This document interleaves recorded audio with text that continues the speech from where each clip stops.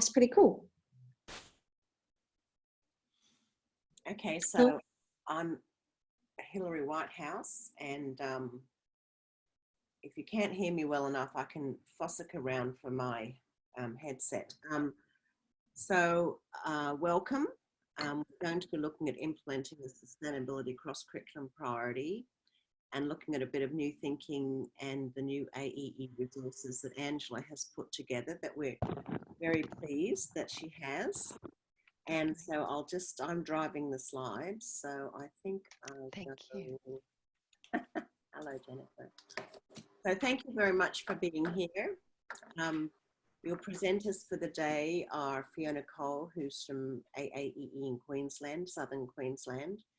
Angela Colliver. I've put you down as New South Wales, Angela. That's still correct. It will be South Australia later in the year. Later in the year. Jennifer Pearson from A2E in Western Australia, who's the president of A2E. And myself, I'm from AAEE Queensland, but I'm from the tropical branch. And the tropical branch is us in Cairns. And this is a lovely picture of people doing science in the desert. Anyway, so the purpose of today is to support you further integrate the sustainability cross-curriculum priority into your work, wherever your work may be. Even though at the moment we're in the coronavirus panic, because of course, you know, we now have a zoonotic disease that has transferred from wild animals in China to, I just touched my face then, wild animals in China to humans because of unsafe and unhygienic practices. We have many things that we need to educate on and about and for, because there is no plan B, because there is no planet B. And so we just have to continue what we're doing and try and be as positive as possible. So I'm going to just indicate that sustainability is still one of the 3 cross-curriculum priorities in the Australian curriculum. It has held its place there thanks to many efforts, including the efforts of the professional education associations when it came under attack under the Abbott federal government.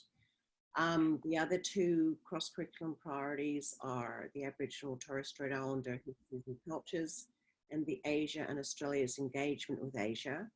It doesn't mean that these are all 3 separate things, because really sustainability and given we all live on the one planet and there's no planet B, you know, it's all integrated, but for some reason we love to divide up curriculum into disciplines and little silos. So that, of course, is one of the challenges that maybe we'll be talking about today.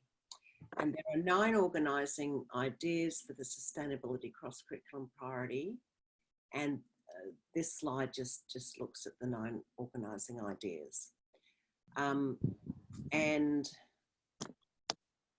then we have, under the organising ideas, we have all the different mathematical elaborations. This is, and for every discipline we have the elaborations. But what we're going to talk about today, and what Angela's going to talk about in a minute, and then Jennifer and Fiona, is that we really have to start thinking more holistically about sustainability in the curriculum. We've done our best to try and really, you know, deal with the structure of the curriculum as it is. We are still going to have to deal with that structure of the curriculum, and Fiona will talk to that. But what we need to do is ourselves think more holistically, and probably this is the time of great creativity, that we really need to say, okay, we've got these words, we've got these discipline practices, we're all in these different areas of education.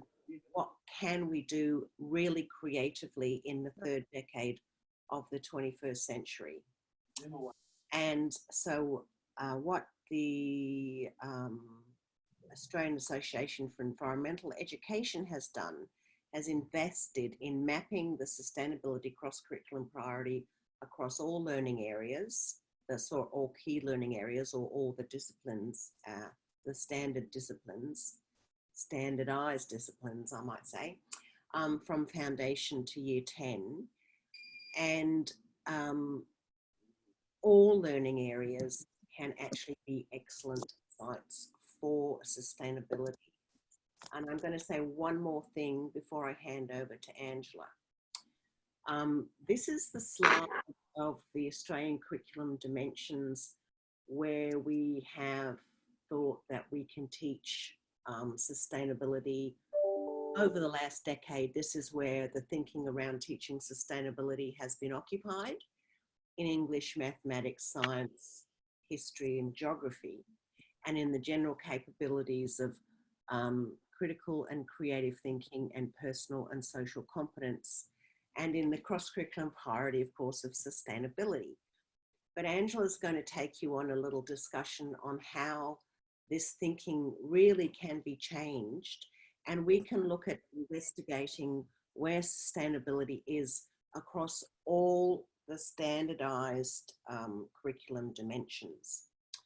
And to do that, the Australian Association for Environmental Education has produced this document called Learning Across the Curriculum. And now I'd like to hand over to Angela to give us some brief over what her brief was and how she approached the task, the significant task of looking at sustainability across all the dimensions of the curriculum. Thanks, Hilary. It's a long story and it was an interesting journey. I must admit, a journey where I learned a great deal. And just to summarise, I guess, the key findings, if you recall, way back in 2012 when AAEE launched the Australian curriculum, the first 4 key learning areas were science, maths, English and history. And as we progressed through the years, more and more key learning areas became available to us. The most surprising thing for me, if we were to, and we do, by the way, have this invitation right now to be writing to the new CEO of AAEE, because they are actually revisiting the shape of the Australian curriculum paper and the Australian curriculum itself. They're reviewing mathematics right now. My key point of advice would be that what we've done since the release of maths, history, English and science has been so much better in embracing and actually understanding the organising ideas, in particular our futures and our worldviews, than we did way back in 2000 or the decade, 2011, 2012. History, maths, English and science are the most disappointing areas. Whereas technologies, in particular designer technologies, and would you believe modern languages, excel in understanding what, for example, actions for a more sustainable future means, what designing action for sustainability means. And perhaps this is because we've all learned so much more in the recent past. I'd have to say that Aboriginal languages did this brilliantly, as did Vietnamese and Chinese, Khmer, languages that perhaps even members of our association would never anticipate seeing this deep understanding exhibited and actually described. So for many of us, I'd actually make a recommendation that you may not teach modern languages, but go and have a look at how the content descriptions and the elaborations in this resource, because A2E Squared have them on their website. You've got a mapping for foundation to year 6, 7. You have a mapping for just the secondary school area, and then you have an entire mapping from foundation through to year 10. Have a look at how modern languages do this. I think it can inspire any English teacher. It can inspire any drama teacher, any teacher from any other discipline, because you don't expect to see it there, and yet it is there. My area of work revolves a lot around the design and technologies key learning area, and I have to congratulate the writers, because here students can actually look at designing a sustainable environment or a sustainable product, or would you believe a sustainable system. This is where systems thinking is perhaps the best component of what we see in the Australian curriculum. So if you're struggling with organising ideas for sustainability around systems, check out how it's undertaken in design and technologies. If you're struggling around worldviews and futures, please have a look at modern languages in addition to design and technologies, just as a start, as a springboard, because I think this will really leverage a lot of creative thinking for teachers who are programming in these very areas right now. So yeah, health and PE, the arts do justice to sustainability. But again, history, science, maths and English do not. We had some wonderful input also from Elaine Lewis, who's an early years educator. And if you are in the early years, please have a look at the additional elaborations that Elaine has contributed in these resources, because we all know the early years is so important, and we all know young kids can do so much more than what AAEE suggests is possible in the current elaborations as they're found in the Australian curriculum. So this is a starting point. We're actually hoping that we all will be able to add our expertise and our understanding about what young people know, what young people can do using sustainability and the 9 organising ideas. But Elaine had made this great start for us. So they're just some of the insights. How I did it, Hilary? Well, a lot of slogging and a lot of hard work, really just like you do at university, starting from what the challenge was and working my way through, and then finding every content description and every elaboration, not just the ones with the little leaf symbol, by the way, that AAEE suggests relate to sustainability as a cross-curriculum priority, because believe you me, there are many, many more. So there you go. Thank you, Angela. So I think I always found that little leaf symbol incredibly ridiculous. It's very narrow-minded, very, very narrow. So this is a view of the table of contents. I can't actually see. That's just for the primary one, once again, but you can see every key learning area is embraced. And I forgot to mention HASS, once again, civics and citizenship. Before the Donnelly review, there were so many more content descriptions that embrace sustainability than there are now. It's very disappointing still for me to see civics and citizenship watered down as a subject area. Geography is still quite strong. Business and economics, again, very, very interesting. History, pretty woeful. Does anyone have any comments they would like to make at this point in time?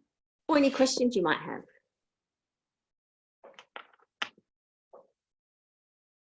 What was the name of Elaine, her last name again? Elaine Lewis. Lewis, okay. So I'll just, I think one of the things that we have managed to really understand is there's been a really big shift, I think, in the last 10 years about how acceptable children working in school gardens and working in community gardens has become. Certainly 20 years ago, it was very, very unfashionable and thought of as not proper education. And I think one of the really big shifts has all this, the basics of growing food has become quite an acceptable part of the school curriculum. And of course, there are lots of opportunities for all kinds of discipline learning areas within looking at school gardens. So I think there are shifts that are taking place. What has become much more acceptable, what is, I guess, changes in parents and what parents believe that they want their children to know. And for us old girls and guys, Hello, David, who've done a lot of work, you know, over say 30 years. You know, maybe the work that we've done, you know, we did actually influence the next generation of parents. I would like to think that we did. I think also, Hilary, project-based learning has a lot to do with that as well as a methodology now. So many teachers are engaging their classrooms in designing that environment, that system or that product, and using project-based learning as a methodology. And so school gardens go beyond what we traditionally saw in the Australian Sustainable Schools Initiative, where they might have been enhancing the biodiversity of their school grounds or local community. I think now they're actually designing new spaces and they're meeting a need. They're collecting data, they're looking at evidence that informs how something might be redesigned or co-created. And personally, in the new work that I've just undertaken for the Jane Goodall Institute of Australia, we can really see evidence of that, where young people are going to be supported to actually design wildlife corridors, kelp forests, seagrass beds, koala corridors, food gardens, things that are locally relevant and meaningful in their backyard, rather than perhaps doing a bit of weeding or watering, a bit of seed propagation and a bit of planting, as per what the gardener or the grounds person suggests might be needed. So once again, I think sustainability as a cross-curriculum priority is going to evolve, and we'll see a lot more actions for a sustainable future evolving out of that. But please, other people, keep talking. It's just Hilary and I having this wonderful conversation at the moment. Any other questions? Well, I just wanted to say that I think the influence of design thinking has also been quite profound.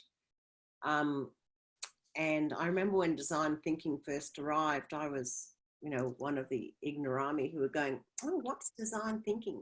And then I did the training, and now I really, really deeply appreciate that the design, how design has gotten itself into the curriculum, and like proper robust thinking, you know, rational evidence-based design and ideas for the future. And I think this is an incredibly positive move.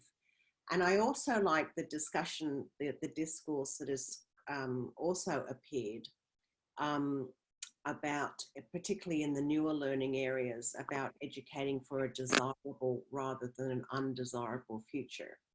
And I think one of our motivations is that we're still, you know, worried about heading for that undesirable future.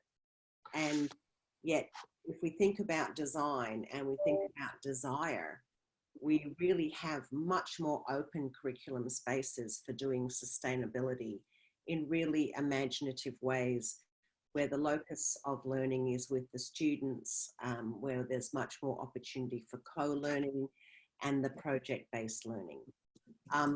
That is obviously more able to be done in some schools rather than others. And we do have a really big equity problem across Australian schooling, formal schooling. I'm not talking about the community and informal work situations at the moment. We have huge inequity problems.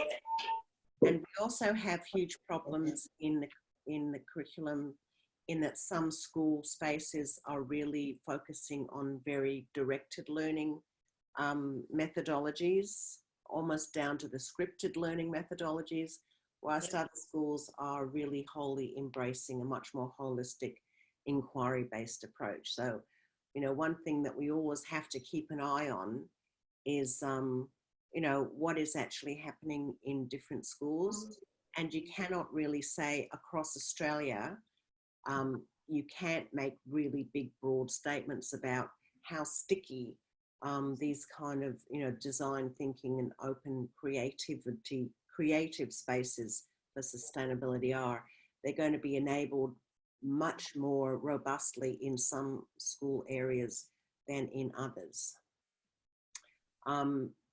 However, we do have this resource that we want to talk about, and this, I think the really important thing that Angela found in her work was the newer subjects, the newer learning areas really have these words in them that promote the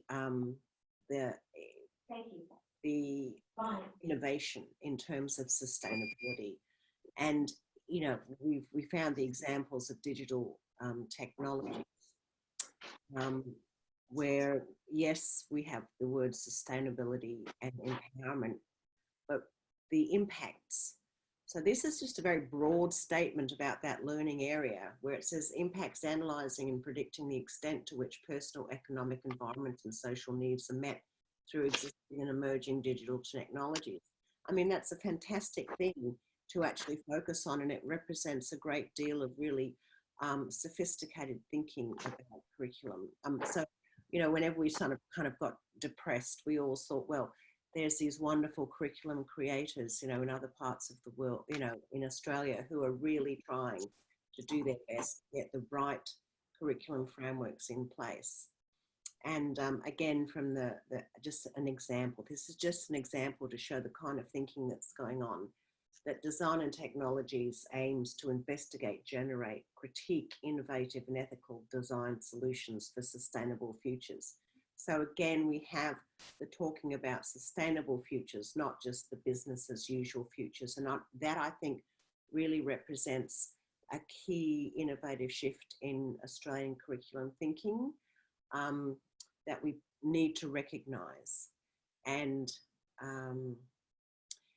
again, another statement from the same design and technologies. This is from the rationale, where it talks about an increasingly technological and complex world. It's important to develop knowledge and confidence to critically analyse and creatively respond to design challenges. And knowledge, understanding, skills involved in the design, development and use of technologies that are influenced by and can play a role in enriching and transforming societies and our natural, managed and constructed environments. So there really is an attempt here to try and you know, have a much more sophisticated generation of of what curriculum can do in terms of sustainability. But I do want to give a little bit of space now to Fiona, because I want Fiona to talk about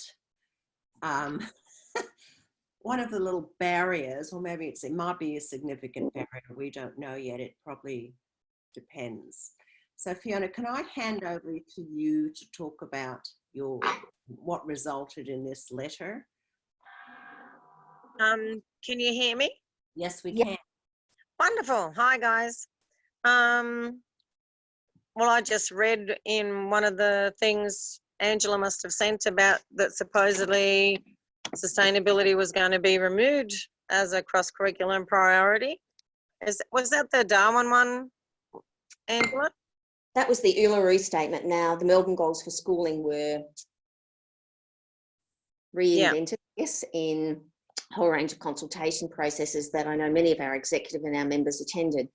And many of us were surprised with what resulted. And the Uluru statement, of course, has a very limited understanding or even description of sustainability. So that's what Fiona responded to.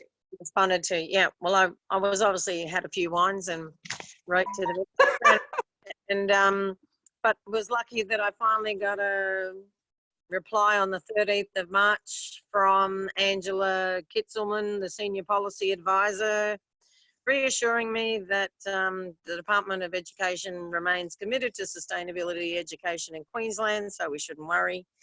And at the start of 2020, the department was commencing work on a global competency project that would support schools to emphasise and teach the knowledge, skills, values and attitudes of the organisation for economic cooperation and development global competency framework. My God. Anyway, this includes that taking action for collective wellbeing and sustainable development. And then the department would like to thank A2E2 for its promotion of Queensland environmentally, or KESI, that supports schools, their partners and the community to realise a positive environmental vision. So you go, so I should just not worry, I suppose. But yeah, it's all good. They have it in command. They're not going to remove it, supposedly. And that's all I can add, probably, although in Hillary, it was interesting when you said about the scripted education, because in our region here of Gympie, of 20-something schools, they're all doing DI, and teachers are like pulling their hair out and bored out of their brains. And experienced senior teachers are frustrated as spending their non-contact time with Hawks highlighting unit plans. So yeah, it's a bit crazy times we live in for education, and I think the school garden systems that we have here are just potluck based on if you've got a decent groundsman or not. If you got a groundsman, then it's supported. If you have an admin that supports it, you might get a teacher released to run projects or something in lunch breaks and whatnot. But it's still, everybody's too busy colouring in shaded bubbles for NAPLAN practices. Sorry. Oh my goodness. Yep, that's been my day. It really is a very, very, very variable system. I mean, there are some, you know, private schools in Sydney that are going wholly towards the just sort of problem-based learning curriculum and have a great deal of curriculum freedom. But then there are schools like in the Gympie area and also in far north Queensland where it must be depending on must depend on who their ARD is, because a lot of principals haven't got a say. They're being dictated to by their, you know, regional directors are saying this is how we're going to do things, you know, like the old inspectoral day where they came in and said you're going to teach this spelling program. That's right. That's right. Well, I think we all really need to take heed that the new CEO of ACARA, and his name is David De Cavarallo, he has invited A2E2 and other associations to write to him by the end of March. And he would like us to describe and explain to him how to amend, to enhance the shape of the Australian curriculum paper, version 4.0. That's where they're starting from. Mathematics as a subject or key learning area is being reviewed right now. And that's because they discovered that a lot of concepts in maths are introduced after they're introduced in science. And so there was this disconnect. Yep. But I went to a recent Alliance of Associations for Australia, and he invited us all, and I know David Butler has started a response for A2E2 to actually enable ACARA to understand how we want to shape that paper, what we would like differently.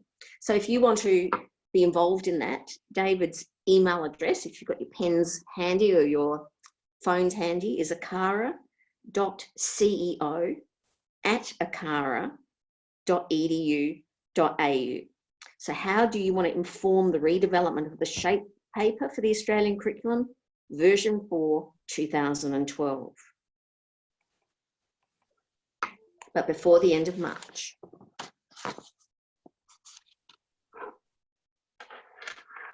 And so we're preparing a response as the association. Were people? Yes, there are 3 members on a small team, and I'm sure they'll report on that tomorrow. But David Butler definitely has kicked the first goal in the draft that he has shared with us.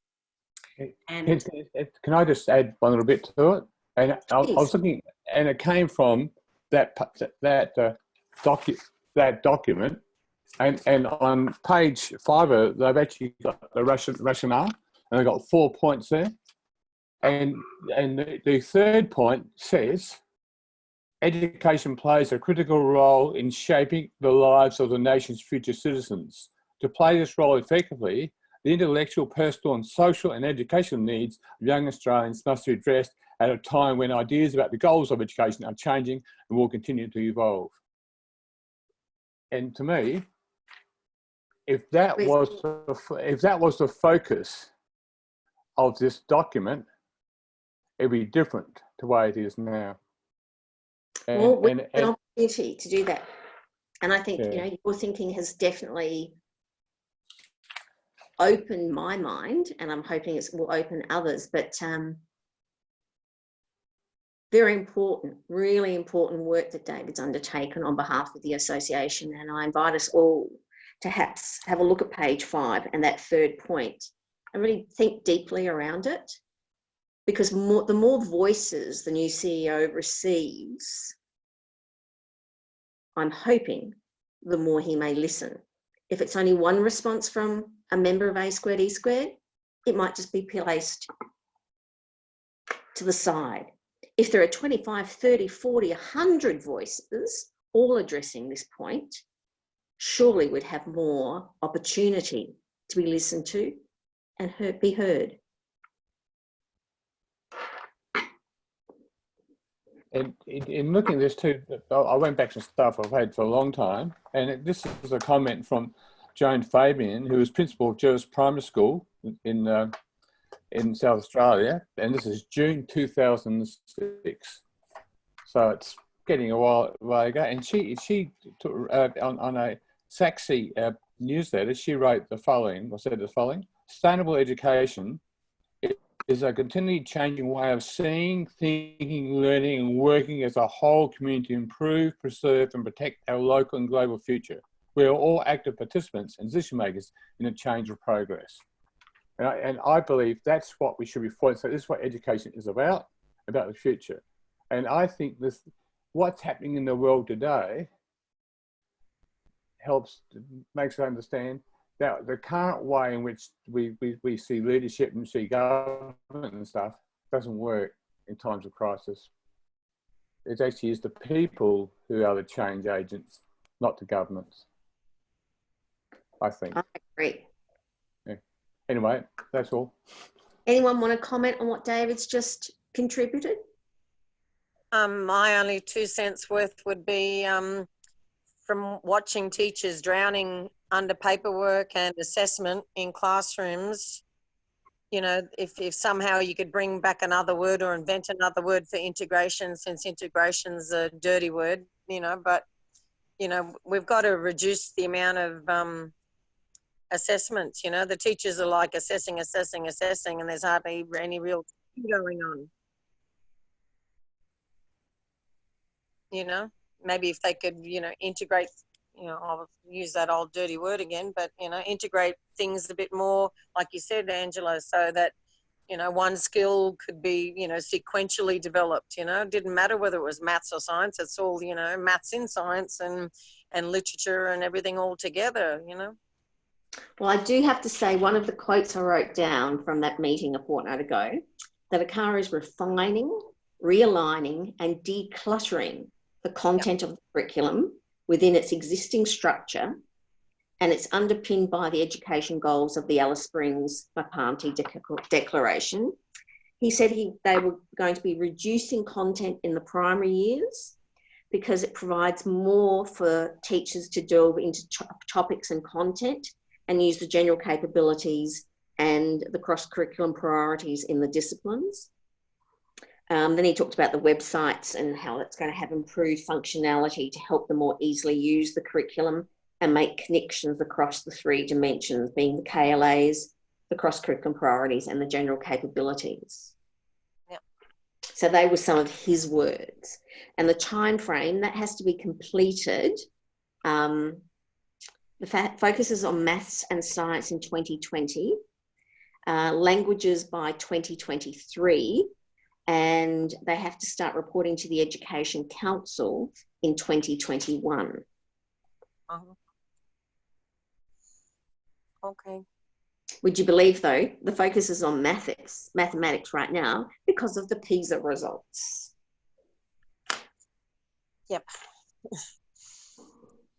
Oh, it's certainly interesting times we're living in, you know, like as a supply teacher, as a retired teacher now, I go from school to school and you just see, you know, one group of frazzled teachers after another, you know, and it's disheartening to see colleagues, you know, being disheartened with the job that we used to love.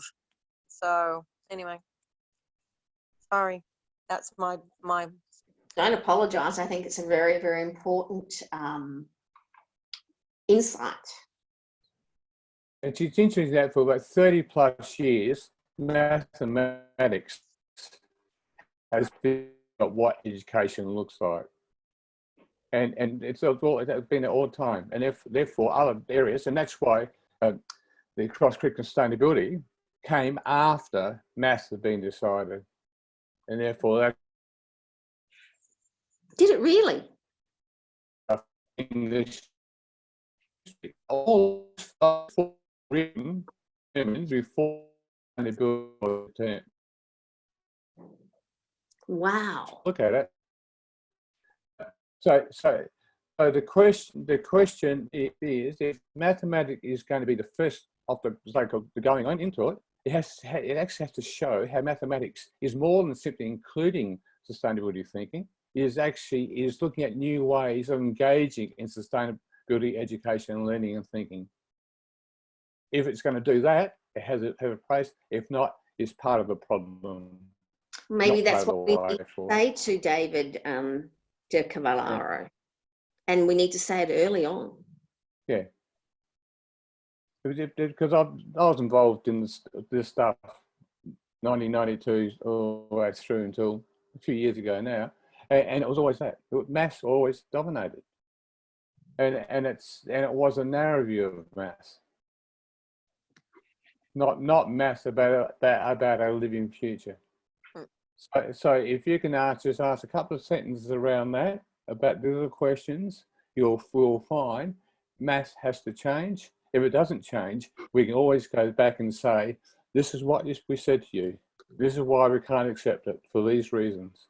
And therefore we are describing how it can be included rather than just saying is how do we fit into maths, I believe. Well, I'm happy to copy you in and write that to David. Yeah. But then we have to have the capacity, as you say, to contribute and describe what needs to be articulated. And I think that's where the Aboriginal and Torres Strait Islander, the new work that ACARA did there, they have done it very, very well for Aboriginal and Torres Strait Islander cross-curriculum priority. They've done it for science, but there's lots of maths in there as well. It's very rich and very deep. Is there anyone else that would like to join David and I in that little area? Because I have to say maths is not my thing. I can write, but... I wouldn't mind. Yeah, I'll help too, if you can hear me. And who's me? Jason. Hi, Jason. Yes. Hello, I finally got my camera up. I'm actually sitting in for Catherine Burdanes. She wasn't able to make it to this, so I'm more than happy to help. Just very quickly, someone mentioned a third point on page 5 of a document that I believe that was David. David wrote. I don't know what that document is particularly. Okay, this is the document that the CEO of ACARA has invited all subject associations to advise him on. Yes. The document is the shape of the Australian curriculum. Okay. Version 4 from 2012. It's on the website. Yep. And David was specifically referring to page 5. Yep. And there are some dot points. And the third one was the one that David was talking to. Brilliant. Okay. It starts with education has a role in shaping the lives. Yep. It's the only one that engages with learning of those outcomes, of those rationale. David, what are the other three statements say? Can you read them to us? Yes. All Australian governments have committed to the goals of the Melbourne Declaration, which are that Australian schooling promotes equity and excellence, and that all young Australians become successful learners, confident and creative individuals, and active and informed citizens, promoting world-class curriculum and one of 8 interrelated goals.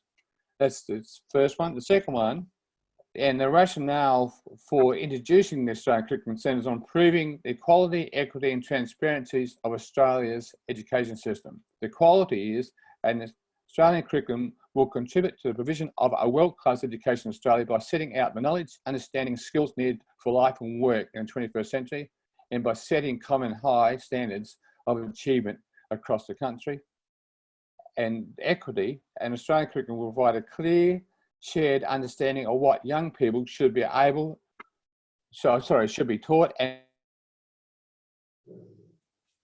circumstances, the type of school that they attend or location of the school. Well, that's a bit of The fantasy. 60th. I mean, I'm appalled at the. Sorry?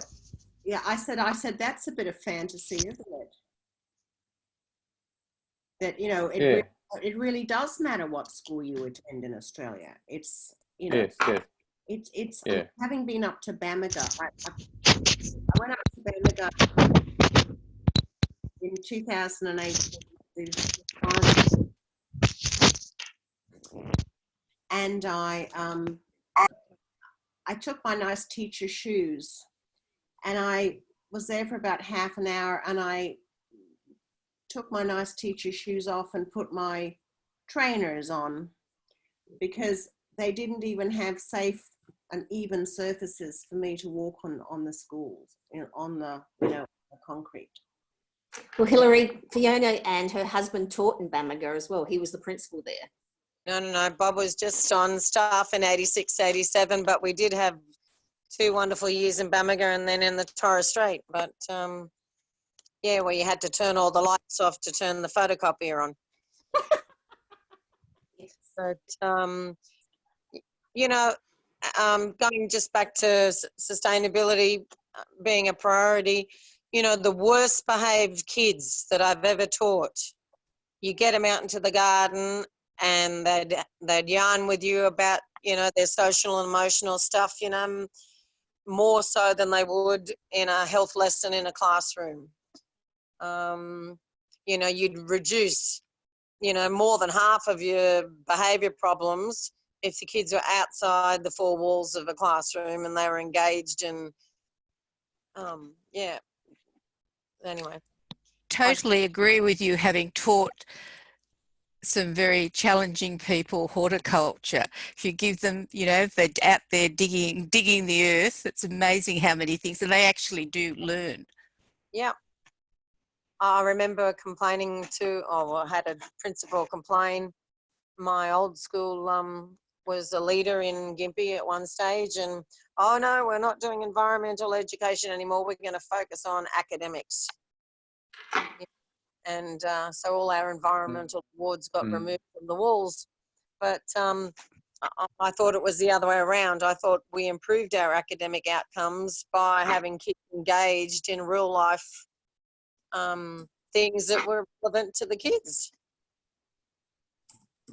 So Now, I'd like to ask, first of all, Fiona, I'd like to say thank you for, like, you know, writing to the minister and getting it in writing for us that, yes, Queensland's still Land's going to, yeah. Thank you. Jennifer, can I hand over a bit to you? Do you have? Just before we do, can I ask Jason just to tell us what his email address is, please, so I can form this little group? Yes, it's jason.pitman, so Pitman, at Perth NRM, so N for Nelly, R for Rabbit, M for Maths. Thank you.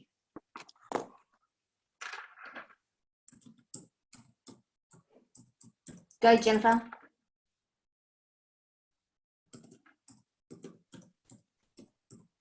Your mic might be off, Jen, if you're there. Can't hear you. Okay, so is that any better? Brilliant. Yes. Oh, okay. I'm sorry, I'm having a lot of trouble with my internet here. So I'm reduced to my phone, and it's put me off my mark a bit, I can tell you. So I really can't see the slides very well, Hilary. We're just on the slide that Queensland remains committed to sustainability education. Okay. I have a couple of other slides, but before we go on to talk about the roots and shoots, Okay, so Should can you take a moment to refresh me about what my input was to be, because I've got a bit rattled. That's all right. I can add it here because roots and shoots stuff is my work, and Jennifer has been kind enough to review lots of it. So the copy you see there is a Year 5/6 unit called "It's Time to Act," and I guess A2E have been very, very kind in supporting me plug the fact if between now and the 30th of April, any school in Australia can actually register to be part of the Jane Goodall Roots and Shoots Resource Box for Schools program and receive quality resources. There are books and there are lesson plans, and they all come free. And this is all about really helping school communities be optimistic about a future where we work with nature as creative powerhouses of solutions, creating those projects to help solve problems facing animals, people, and the environment. So yes, Jennifer has been kind enough to really plug that. So that's what that's all about, Jen. Okay. But earlier on, you know, the thing that always gets me about the resources is that if you're a science teacher, you could use a resource from many years ago and it would still hold really good concepts and ways of delivering and helping students understand the concept that you're working with. So in some regards, what I think we're finding is that there's nothing really new. Because A2E has been in this space for over 40 years and we've been promoting sustainability and helping make sure it gets into the curriculum. The challenge now is to hold that space. But in some ways it feels like, you know, we are having to remarshal what we already know has been used, refined and shown to be really helpful for students, not only the academic students, but also the students that struggle. And one of the things that I often promote is that, you know, it's the students who they're not motivated by sitting behind a desk and doing sheet work, but they really spark up when they get outside or they get onto a project that has real purpose. So that's where a few of you have commented that students who are really engaged, that can be the catalyst for them to understand that learning is a useful tool and it can actually be engaging and fun.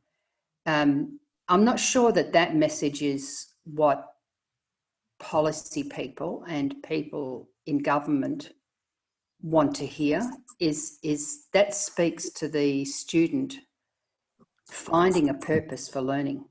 Now, one meeting I went to some years ago with the geographers was that we were trying to persuade them to put a phrase into the year 11 and 12 geography strand, which was about caring. And the concern that they had was, how do you measure that? And I came away from that meeting a little confused because I thought, well, you know, surely you can measure how much somebody cares by what they do and say. It's not what you write. But it really did signal that if that's the overriding concern of educators, that they have to be able to measure everything, is that something that we need to look to? Is, do we help them unpack that learning, as we all know, is that sometimes you don't get an outcome for a few years when somebody will say, oh yes, I remember back in year 5, this activity or that project turned me on to maths or science or whatever it was. And that also goes to the heart of what David talks about, which is that deep connection.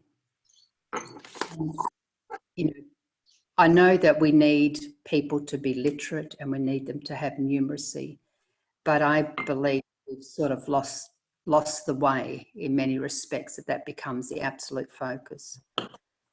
So that's my 2 pence worth. And the other item that I picked up on was, when you talk to teachers about anything that doesn't sit within their cache of these are my teaching methods and this is the information and knowledge that I now hold, it's always going to be a challenge. So if integration is not working and they're talking about Excuse me, lining and decluttering, they've removed integration. That's the problem. I know, but if integration didn't work and they want to use decluttering, what I think teachers will immediately do is say, okay, that means we take things away. All right, so it's about the language that you use around all of these changes. Also, you know, when we make a response, do we have to be mindful of how we phrase? Yeah. Okay. Teachers do have the professional ability and capacity to line up or realign the many outcomes that have been presented to them. So it's always seems to come back to the language that is used, because you know teachers are incredibly busy, and every time you go near them, they just see it as another additional thing.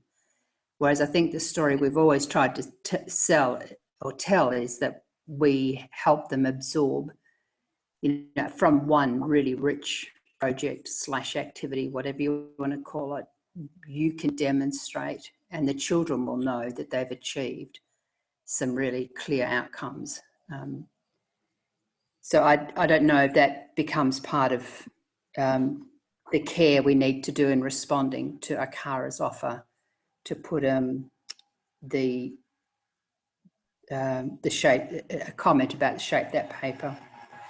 The other thing is that if anybody needs that paper, we have it on hand. We could send it out as an email, save you having to find it. Yes, And that'd be good. Yeah. yeah, Yes, that would be good. Yeah. so that just saves you a little job. But also that Angela, David's done a really good start to a response for A Square. How would it be if we offered that to people to review once we finalised it, and that may help them with their response? Because I really don't see anything wrong with us, with several groups having an aligned response, or is that not what you're looking for? I think it's a great idea. Okay, because in this busy world, if we can't help each other out, that's a sad thing. And David, for his longevity and backcast over all the changes that have happened, we can be very clear about the considered opinion or considered position that will be put forward. I think I think the more voices we can have, government tends to take, if they get more voices coming in, will tend to take more notice, as I forget who said, rather than just one from the national body. So I think that would be a good thing to encourage, amongst our other chapters, because the thing is with, the curriculum thing, so often you see teachers that are hamstrung in what they're trying to do in terms of having to, making the links across the curriculums, because they're from above, they're being imposed on, you have to do this, you have to do that. So it goes back to that shape of the curriculum. Yep. Yes, Dave, again, there's the fifth rationale, and what's interesting, it talks about 1989, 1999, and 2008. That is the Hobart Declaration, the Adelaide Declaration, and the Melbourne one. And so we've since 1989, we've actually had governments determining what education looks like. Yeah. Actually, and I think that's the challenge we have to deal with. And I actually finished my any connection with a car in 2012 or 13, when I was working with the history one, because I challenged some of the top people there about what they meant by education for the 21st century. I said, it's more than a word. What is it? And I think that we need to be talking about education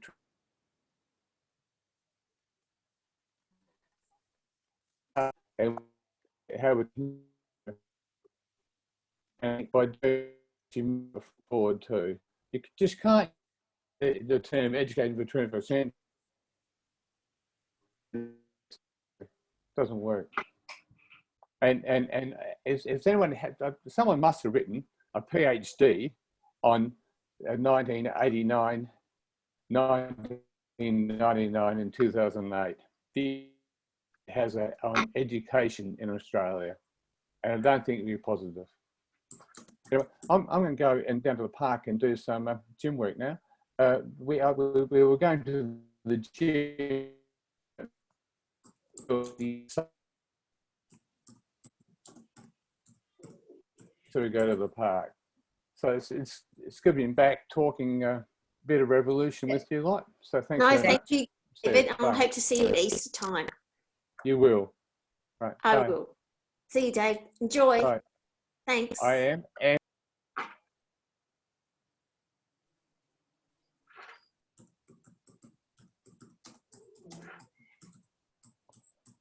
So for people who are interested in that maths group, I have now actually sent an email to David, the CEO of ACARA, inviting him to perhaps coordinate a little Zoom meeting where we could all contribute our ideas to how we could actually assist ACARA in redefining some of the mathematical content with a sustainability focus. So that's been sent. And now we all have one another's emails as well. Thank you. Thanks a lot. And I chucked you in there as well, Hilary. What also would be good, Ange, is somehow reducing, like for year 3, I think in term 3, had 5 pieces of assessment in maths alone, in addition to the Gympie Alliance, Maths Alliance Show Me papers that we had to do pre-test and post-test. So poor little grade 3s in a 10-week term had 7 pieces of assessment to do in maths alone. Shivers. See, your on the ground knowledge of that's going to be so vital. You know, and that's just craziness. You know, it was like, you know, well, you know, you wonder why teachers burn out, you know. If you had small families and whatnot and you had to spend your weekends, you know, marking ad nauseum just for one subject area alone, you know, it was just, One of 8. and even for sustainability, you know, about care for the garden, surely you could just tick, you know, engaged, you know, or participated well, or didn't and get sent to the office for misbehaving, or, you know, why do we have to put a numerical value for everything? Yeah. Nobody comes and checks, well, you clean, you get 100% for cleaning your house or something, you know, like, I think it's just over, you know, obviously the person who came up with all the spreadsheets and the data collections, just, you know, obviously a very good mathematician, but most of us that are, you know, warm fuzzy, you know, you just want the kids to care about the planet. I think there also needs to be greater focus on communication. Today I did an activity and I had a third of the kids in grade 4 2 shits to talk. I said, kids, you're going to have 7 jobs in your lifetime. The one skill you need is the ability to stand up and talk, you know, and, you know, often in classrooms when the kids are being chalked and talked ad nauseum at, they don't get opportunities to talk. Well, at least sustainability, kids would make posters, they'd get up on parade, you know, tell the kids about the amount of rubbish they found around the school. They had opportunities to then, you know, communicate. One of the And things that education should be about, Yeah, exactly. you know, how do we lift somebody up so that they know what to do when they face a challenge, that they feel confident enough to ask, to, you know, how do you know how to store information, for example? You know, Yeah. technology is not about putting wheels on something. It's about how do we make sense of the systems that we'll There's so much more. One of the things I've noticed from this discussion as well is no one's really mentioned student teachers. And one of the insights that I wouldn't mind providing is that I've actually just completed my graduate diploma in education in secondary maths and science. And my background is in environmental science. That's what I do for a living, supplemented with education. And not once in my entire graduate degree did I actually get taught anything about sustainability, let alone how to integrate it into the curriculum.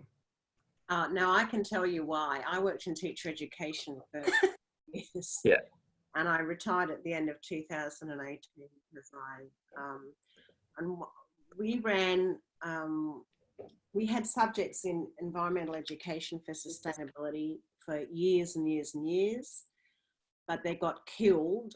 All my little darlings got killed because of the new round of AAEE. When the 100, what is it, when AAEE came in and there was the 100 things that we had to tick off in order to run teacher education programs, to be accredited, not one of those 100 things included sustainability education. So maybe we need to advocate for that too then. Not one of those 100 things actually even mentioned the fact that we lived on a living planet and that we were alive because of the, you know, the natural processes of the planet that enabled us to be alive. And I battled away. So what happened was I lost all the battles in the undergraduate program, and then I was teaching in the postgraduate program. And I actually won a national teaching award for environmental education, you know. And then, and then we had education for sustainability as one of our master's streams. And then suddenly that got killed as well. And so the only people left in the country doing a master's degree in business and education for sustainability are a bunch of Japanese and Korean international students in Brisbane. And everywhere else it just got killed. And it was just a progressively, I mean, I spent years and years and years and years fighting it. And I eventually lost every battle and I burnt out because the forces, I think the conservative forces in education were so strong, and trying to be a greenie teacher educator in the largest coal exporting province in the entire universe probably wasn't a great idea either. I might have won the hearts and minds, and I still have lots of, I mean, former students who are now principals and deputy principals, you know, will run up and say, look, we're doing this in the schools because of you, Hillary. But the actual teacher education program itself, I politically lost all the battles, because what they kept saying was our accreditation under AAEE and the Queensland College of Teachers, which then put another layer, of course, onto the accreditation, was more important than any actual meaningful education. And I don't know what it's like in the other states, but it's the dead hand of the dictatorship from government and statutory authorities. I could probably speak to the WA perspective on tertiary education to some degree, because it was interesting when we had to redraft the primary education course, and the jockeying for position, because people we were asked to cut some subjects or some courses, and maths and language. Hi, I'm Mark Scott, Secretary of the Department of Education, and I'm here. Hello. Hi. Hi. I was just talking about my experience of working in a tertiary education university here with pre-service teachers, and when it comes time to manage what's going to be in your course, and then it gets down to the unit level, there is a lot of jockeying for position, because there's only a certain amount of hours, And when everything gets trimmed up, it's like it was just a mirror of what happens in a primary school, because the low-hanging fruit is the one that goes. So sustainability will always, I think, be seen in every arena as the item that that can be absorbed or got rid of.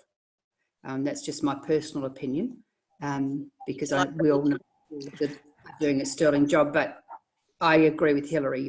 When you're continually standing up for sustainability to be included in pre-service teachers, it becomes a very lonely, long, drawn-out battle. But we still need to try and do it because, as you said, it's very important. I don't disagree with that at all, Vivian. But, sorry, I'm just walking to get my charger. Absolutely agree, but sometimes you just run out of puff, which is why we need to get in there and support the pre-service, courses that are out there, and maybe ASCRS needs to get back in there to be more visible from the outside in. Yeah. Just a thought. Go and help our friends. Just to add, I mean, I'm a new teacher. I've done a master's, but my background was in the environmental area. That was my first field of study. But I feel as a new teacher, it is something, at least in the primary sector, that I want to incorporate, but it seems to be pushed to the side with the focus on literacy and numeracy. And sustainability is like, it's cool if you can do it, but that's not really where we want you to focus. But I myself had a really good high school education where sustainability was the core, and I saw how integration could work across the areas and how it worked. But I don't think, or I haven't seen it done really well in a school yet. It's sort of a bit tokenistic in some places. So it's like, oh, we'll cover recycling. Okay, yeah, but let's go deeper, let's bring the maths into it. Let's try and expand it more. I just, something I want to do, but at the moment I'm relieving, so I can't do it. But it seems to be pushed to the side. That's what I've seen, but I'm new, so I don't know. This is going to sound horrible, but I had the exact same experience with Rebecca during all my pracs, and I learned how to be sneaky about it. Yeah, that's what I've had to do. Yeah, which is quite horrible to think about, that there is this awesome initiative that everyone should be behind, but those who are dedicated to the cause have to hide their enthusiasm for it, or use very different language, but still want to have the same sustainability outcomes. Yeah. So if you've got pre-service or, new teachers coming through, it's going to sound horrible, but how do you teach them to be sustainably sneaky? The way I had to do it is I, even on my prac, I had to do it sneakily. So what I did is I was getting them to write a persuasive text because I had to do it for NAPLAN. I decided instead of doing it on, what the best pet is, I was going to give them a topic that looked at oil spills. So I gave them some literature about, at the time, oil drilling in the Bight and some oil spills. And I said, read it, write me an argument for or against. And I used that as a persuasive text, but I had to be sneaky. It was an environmental lesson. And the facts, it blew these kids' minds that this was even potentially going to happen in South Australia. But I had to approach from a literacy point of view, otherwise it would have never got through. And I think it goes very similar to Fiona's point before, is that but if you're having to go to these lengths to do something to meet not just a curriculum need such as sustainability, but also if it's tied in with your own personal ethos as a teacher, like Fiona said, how do you look after yourself as a teacher and not get burnt out? Because that is so easy to happen. It is. I see it with teachers now where I go in and do incursions or events, and a lot of them are burnt out even though they want to do the right thing. So I guess that's another way for addressing the curriculum needs. Well, how do you address yourself as a teacher and do all the demands that are behind you, but still want to receive these outcomes or achieve these outcomes? I don't know. Yeah. Is it time for a quiet revolution? Whether environmental literacy might be a good term to introduce. Yeah. That's something that I use in all my documents and content that I've designed. Is I say environmental literacy. There are people around the table, because I'm currently working on a professional development program around embedding sustainability into schools and providing teachers with the tools to do so. And one of the things I say is environmental literacy, but the very first thing that comes up is, well, what about understanding economic systems? What about the social aspects? And You can do all of that so easy. you can, but sometimes you need to lay it out for it to be a that's capital S sustainable. Jason, my recommend, it's Angela here. Do have a look at a2e2.org.au projects/sustainability cross-curriculum priority. The resources you can download there. But when you talk about economic systems, think of a compass: north, south, east, and west. North is natural environment, south is social, east is economics, and west is who decides. So the political stuff, who benefits, who loses. That's in Angela's units. They're one. You can always put an issue or a photo in the centres of the compass rose and look at it from those compass points, and also from the the ones in the middle, like northeast, from the natural environment and an economic perspective. Yeah, I used something like that when I was at uni. It was 4 circles with overlaps.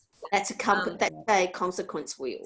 Yeah, I used something that was really similar, but it wasn't in my teaching degree. It was in my undergrad in environmental management. So it was in that, and that was really useful for this sort of stuff as well. I can't. One world to use. My 2 cents worth is I'm gobsmacked that the pre-service teachers aren't getting anything at university. I think it's A2E2. Surely a priority's got to get that back happening in you. You know. I mean, If I in do that, South Fiona. Australia, I got some of it in my master's program in our geography, when we were learning about the geography curriculum. It was there, and we were taught a little bit of it for sure, definitely. But it's more, the challenge I find more is actually how to, even with my knowledge of the field, is how to then implement it in a school.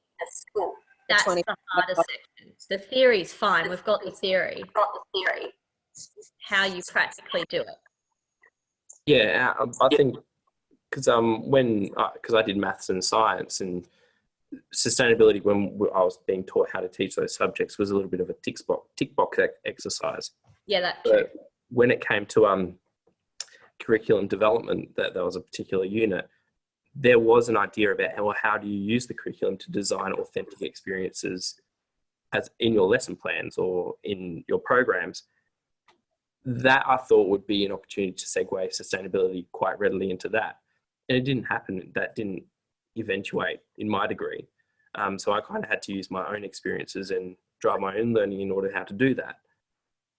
But not everyone's inclined like that, given my bachelor's. So maybe like a few people have mentioned, maybe that's something that A2E2 needs to have a bit more of a presence in and go, okay, you're going to go and become a teacher. We're here to support you on your sustainability journey to reach a cross-curricular priority that you need to meet. Yeah. I understand. Am I able to address that point? Yeah, okay. Some years ago, there was a huge project that was set up, and it was to link the universities. Professor Joe Ferreira was dealing with that. So I'm not sure where that ended up. But the idea was to link all the major universities together and discuss how to get sustainability better represented in the courseworks. We could backtrack on that and see where it ended up. But it's how do you get past the gatekeeper you know, and you've all experienced that. You know, I worked with someone who was she taught the maths units, and as has been mentioned earlier, you know, that with you in spirit, but I'm not giving up my methodology and my belief in what pre-service teachers need to know about mathematics, and she wouldn't shift on anything. We tried to get her to do an integrated unit with us with science, maths and technology, with the focus was environment. That's what drew it all together. But it didn't fly. So, you know, it's not to say we won't, but, you know, I'd just like to acknowledge that over time, you know, different executives and different groups of educators have really tried. But I really like I love the recounts that have come from the early career two that spoke just then, you know, and Jason, you're in WA, so we could have a good old chat about that if you like. Yeah, actually, that would be fantastic because I was sitting here going, I know you from somewhere. What's that? And then I just saw in the slides, yeah, I was like, oh, okay. Yeah, brilliant. Good for so us. You know, having gone through the system, you appreciate it from the student perspective, but it's always interesting to hear the other parts of it. And it's not that you give up, it's just sometimes you have to survive yourself personally. But we certainly have a lot of resources, and we are looking at your initiative to encourage universities to pay a reduced membership for their students for a year, and in that way link the students to our resources directly. So we're going to see how that goes. There's many ways to get at, but you've got to get past. Bye. You got to get past the gatekeepers. Yeah. And yeah, my phone is going to collapse in a minute. Well, I was just going to say, Jennifer, that our time is almost up. So let's your chance for last comments. Jason. I'd just like to thank everyone for joining in and participating, and getting behind this learning circle. I'd like to thank Hilary Whitehouse in particular for compiling the presentation, for Jennifer for her support, and Fiona for her valuable insights. Jason, you're a lovely addition. Think about coming onto our executive. We could